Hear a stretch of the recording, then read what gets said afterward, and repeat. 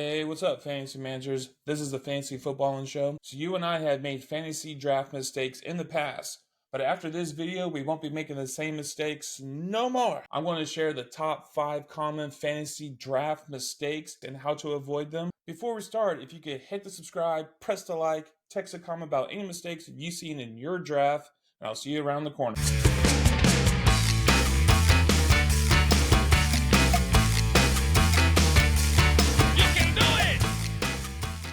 So let's jump right into this. Number 5, worrying about bye weeks.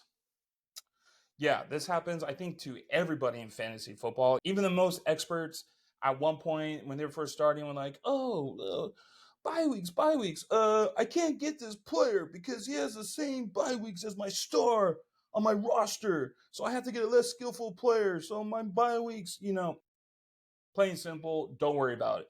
Every manager in your league is going to have some week where they're going to have those bye weeks where half their team is going to be missing, right? It's just a thing. One thing that you could do is you see that bye week where you're going to be missing quite a few players. You go in a couple weeks in advance on the waiver wire and you hit it.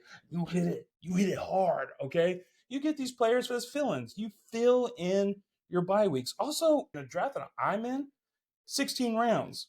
There's so many players that you could get that could fill in for those bye weeks. This is why drafts are so long. I wouldn't even worry about it. And in the end, it's just 1 week. It's just one loss. One loss is not going to determine your season. Number 4, not adapting during the draft. Okay, I've seen this before too. I think in my really second year of playing, I was doing this. I had a straight up strategy list. This is what I'm going to do with this pick. First round, wide receiver. Second round, running back. Third round, wide receiver. So on and so on and so on. It's draft day, baby. Anything goes. It gets crazy. It's loco in there. It's a wild card. But when you see that player come down, let's say let's do like a quarterback, and we see like Josh Allen right now, who is going around in the second round. If you see this guy somehow fall down to round 4, pick him up. Please pick him up. This is a guy who has round 2 value, who's somehow dropped because, like I said, draft day, drafts are wild. Anything goes, anything happens.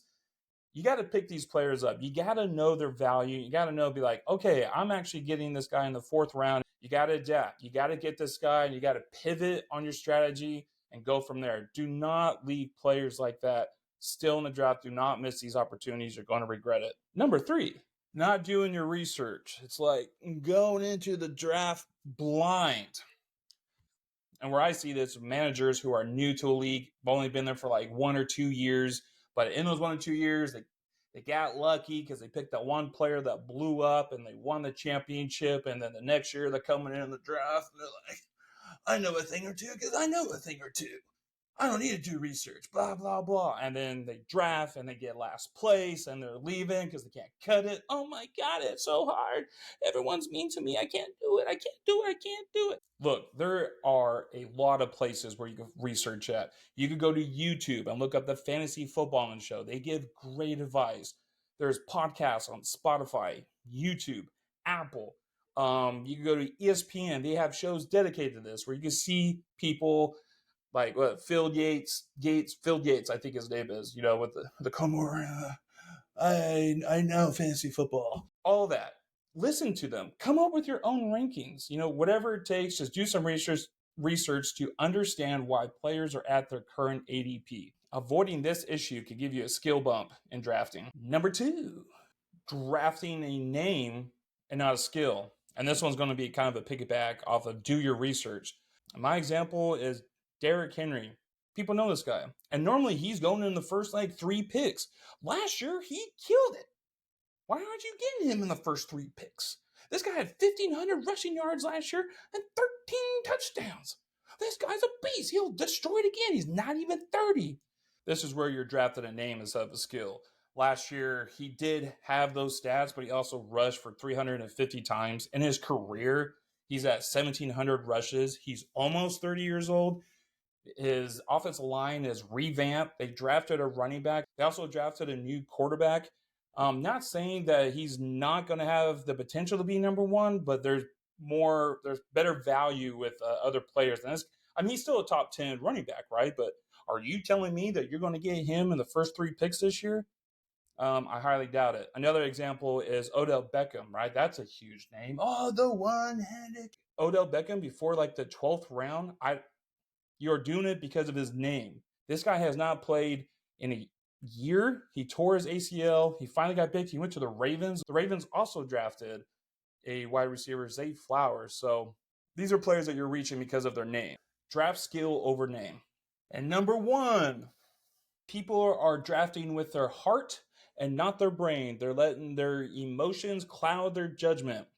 I have had a manager in one of my leagues who was a huge San Diego Chargers fan back in the day, and he was drafting Phil Rivers, LaDainian Thompson, Antonio Gates, Vincent Jackson, and they would kill it. They would destroy it. And then, he would be number one in our league, and then he would get to the playoffs, and they would have a bad week. And that's 4 or 5 players on that team that couldn't even produce like 10 points. And your whole team, your whole fantasy team couldn't even get up to 70. You can't win fantasy playoff games with only 70 points. So another example of this is that I'm a Cowboys fan. So is that going to prevent me from getting Eagle players? No. It is what it is. Does that make me an Eagles fan? No. Not at all. But you know what? I put money in these fantasy football leagues. I'm not going to have my emotions prevent me from winning the money and the trophy and the bragging rights, right? So you got to pick from other teams. You got to have a variety of players on your team. Not saying you can stack. Yeah, you can stack, have 1 or 2 on the same team, a running back and a wide receiver and a quarterback, whatever. That's fine. Just don't have your whole team on the same organization. Like, rarely does that work. Actually, I've never even seen it work. So don't let the emotions cloud your judgment. Draft with your brain and not your heart. Okay, so that was the top 5 fantasy draft mistakes and how to avoid them. Please, if you follow this advice, I promise you your draft will get better. And use this video as a tool to destroy your friends. If you know any other draft mistakes, let me know in the comments. This was a pretty fun video. Everyone out there, have a good draft day, and we'll catch you later. Deuces.